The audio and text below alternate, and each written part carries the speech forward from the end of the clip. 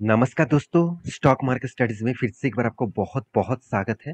तो आज यहाँ पे मैं बात करूँगा एक ऐसे कंपनी के बारे में, जो देखा जाए तो इंडिया के एक मतलब एक पीएसयू कंपनी है, साथ ही साथ पावर सेक्टर के साथ जुड़े हुए कंपनीज़ है।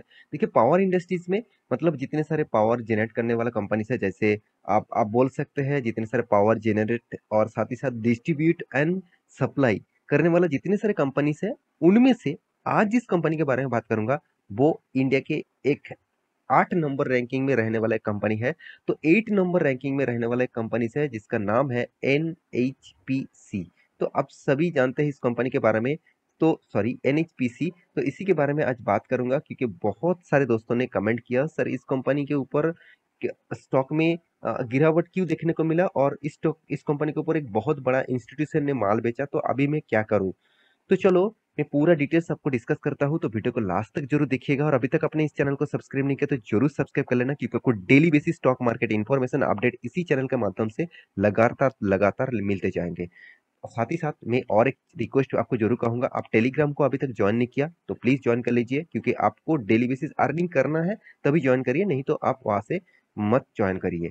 तो चलो देखते हैं कंपनीज के डिटेल्स के बारे में। तो सबसे पहले देखिए कंपनी के मैं चार्ट पैटर्न ओपन कर दूं, 5 दिन के चार्ट पैटर्न ओपन कर दूं, तो देखिए 19 अक्टूबर से देखा है तो कंपनी लगातार लगातार गिरते गए। तो 5 दिन में आपको आप कहेंगे सर 4.5%, 5% तक तेजी है। हाँ तेजी तो हुआ, मगर कुछ दिनों पहले से तेजी हुआ था। तो 19 मतलब मतलब 19 अक्टूबर में से कंपनी का जो गिरावट है आप देखेंगे इस लेवल से डाउन लेवल तक देखूं तो करीबन 6-7% तक स्टॉक गिर चुके थे। तो भाई 7% तक गिरावट पीछे कुछ ना कुछ तो लॉजिक होगा, कुछ ना कुछ तो कारण होगा। तो वो कारण कौन सा है, तो चलो उसी के ऊपर डिस्कस कर लेते हैं। सबसे पहले मैं न्यूज के ऊपर चला जाता हूँ। तो न्यूज कौन सा साइट के ऊपर आ चुका है, बिजनेस स्टैंडर्ड के ऊपर। तो मैं इस साइट के ऊपर जितनी बार आपको न्यूज दिखाता हूँ मुझे बहुत अच्छा लगता है, क्योंकि कंपनी बहुत अच्छा खासा न्यूज यहाँ पे पब्लिश करते हैं।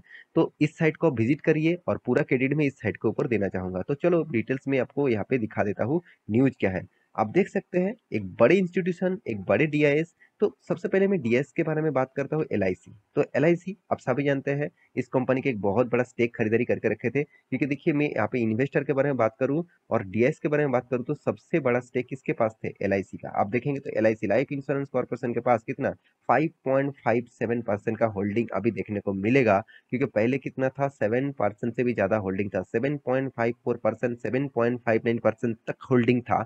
आज वो 5.56% होल्डिंग लेकर रखा है, तो उससे भी स्टेक बेचा गया है। तो उसी के बारे में बात करूंगा, क्योंकि देखिए आप कहेंगे सर गवर्नमेंट कंपनी में हमेशा आपको एलआईसी मतलब, हाँ हमेशा एलआईसी क्यों इन्वेस्टमेंट देखने को मिलता है। देखिए मैं एक चीज आपको जरूर कहूंगा, एलआईसी गवर्नमेंट कंपनी है, एलआईसी भी एक गवर्नमेंट कंपनी है।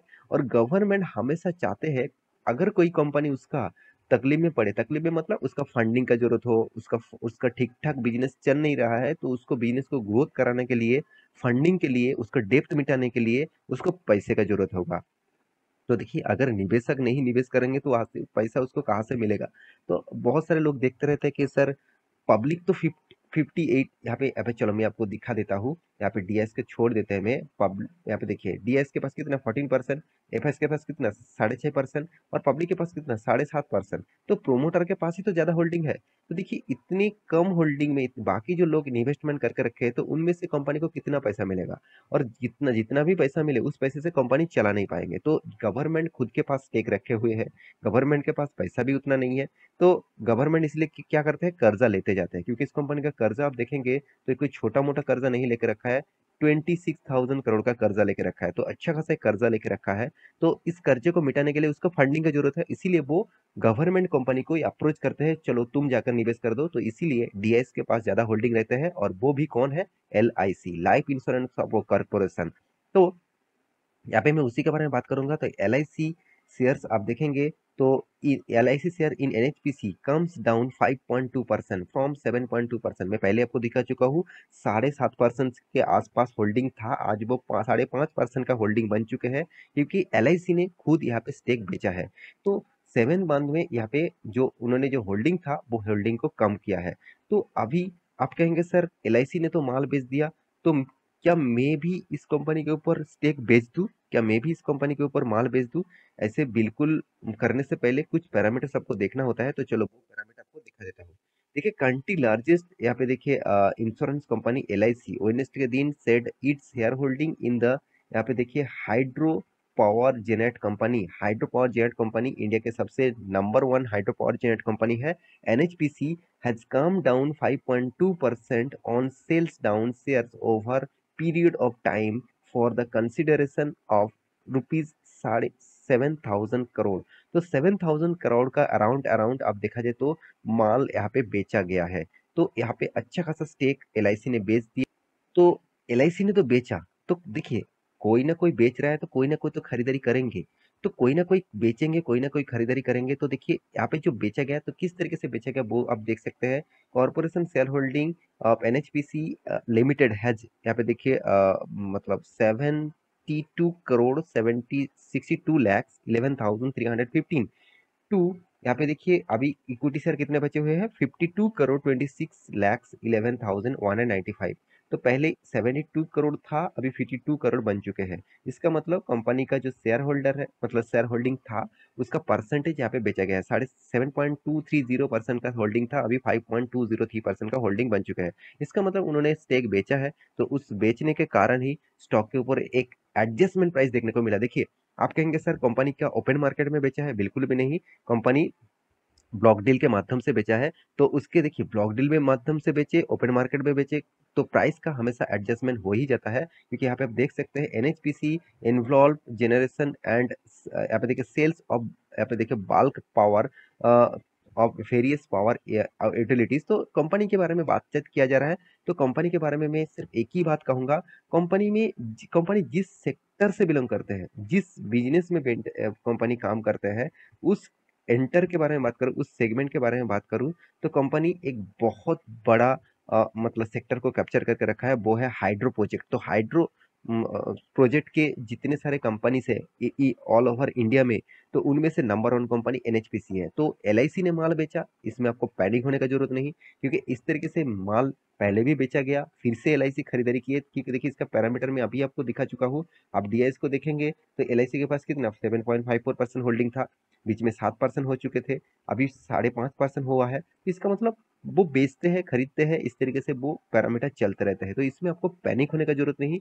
किसी ने माल बेचा है, किसी ना किसी ने तो खरीदारी किए ही होंगे। तो माल पूरा के पूरा बेचने में ओपन मार्केट में अगर बेच देता तो मार्केट क्रैश हो जाता, मतलब स्टॉक में क्रैश हो जाता।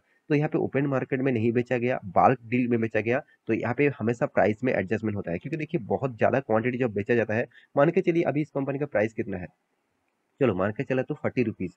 तो यहाँ पे जब माल बेचा गया था, LIC ने जब माल बेचा वो ऑफर प्राइस दे रहा था, कि वो बोला था कि चलो तुम मुझे 35 रुपीज दे देना, मैं तुमको मेरे शेयर बेच दूंगा। तो मतलब डिस्काउंट दिया जाता है। तो इस डिस्काउंट के बेसिस से जब माल बेचते हैं तो प्राइस का यहाँ पे जो शेयर का जो प्राइस है वो एडजस्टमेंट हो जाता है। तो इसीलिए स्टॉक के ऊपर यहाँ पे एडजस्टमेंट देखने को मिला। जो जो यहाँ पे देखिए हाई लेवल कौन सा था, हाई लेवल था 42। तो उन्होंने शायद मतलब माल बेचा है मान के चलिए 39 रुपीज में। तो यहाँ पे जो डिस्काउंट दिया गया है 3 रुपीज का, इस डिस्काउंट का एडजस्टमेंट हो गया है। तो आपको यहाँ पे पैनिक होने का जरूरत नहीं है, आपको चिंता करने का जरूरत नहीं है, क्योंकि कंपनी में जो स्ट्रेंथ है वो पॉजिटिव है। और कंपनी गवर्नमेंट कंपनी होने के नाते कर्जा तो लिया हुआ है, तो बहुत बड़ा कर्जा नहीं है, फिर भी 0.75% का कर्जा है। मैं आपको हमेशा बोल के आया हूँ कि 0.50% का कर्जा ही लास्ट में आपको देखना चाहिए। उससे ज्यादा कर्जा हो तो आप उस कंपनी से थोड़ा सा दूरी रहिए।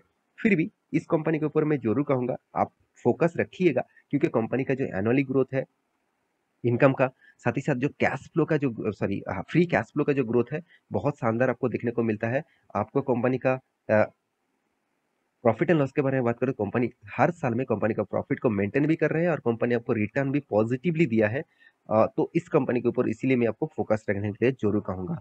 तो कंपनी का चार्ट पैटर्न के बारे में बात करें तो कंपनी जो प्रीवियस जो हाई थे उस हाई को ब्रेक करने के लिए बहुत ज्यादा कोशिश कर रहे हैं। बहुत सालों के बाद, बहुत टाइम के बाद उस हाई को टच किया है। मुझे लगता है इस हाई को अगर ब्रेक करेगा, अगर ब्रेक होंगे तो एक बहुत बड़ा अपसाइड मोमेंटम दिखने को मिलेगा, क्योंकि बहुत टाइम बाद इस टाइम को ब्रेक करना चाहते हैं। तो ब्रेक करना इतना आसान नहीं होगा, तो उसके लिए बहुत मेहनत करना पड़ेगा। तो अगर कंपनी मेहनत कर पाए, मतलब कंपनी स्ट्रगल करके बायर ने इसको ब्रेकआउट कर दिया, तो एक बहुत बड़ा मोमेंटम दिखेगा। तो मुझे नहीं लगता है अभी ब्रेकआउट का मतलब जल्द से जल्द हो जाएगा। थोड़ा सा यहाँ पे कंसोलिडेट अगर करें तो आपको हायर चांसेस होगा ब्रेकआउट होने का। इसका मतलब क्या है, इस लेवल में कुछ दिनों में इस तरीके से कंसोलिडेट होना चाहिए, इस एक ही रेंज में कंसोलिडेट होना चाहिए, एक ही रेंज में काम होना चाहिए। उसके बाद एक बड़ा कैंडल ब्रेकआउट करे तो आप सोच लेना ब्रेकआउट हो गया, तब आप एंटर हो जाना। तो देखिए, मेरा कोई रिकमेंडेशन नहीं है, आपको मैं सारे information as a study purpose में दिया हुआ हूँ, एजुकेशन पर्पस में दिया हुआ हूँ। तो उसके बेसिस से काम करिए। तो आशा करता हूँ सारी जानकारी को मिल चुका है। मेरे वीडियो कैसे लगा जरूर कमेंट करना। इसी तरीके से वीडियो पाने के लिए चैनल को सब्सक्राइब भी करना। मिलते नेक्स्ट नया स्टॉक लेके, तब तक के लिए अच्छे से रहिए, अपने ख्याल रखिए। Bye bye.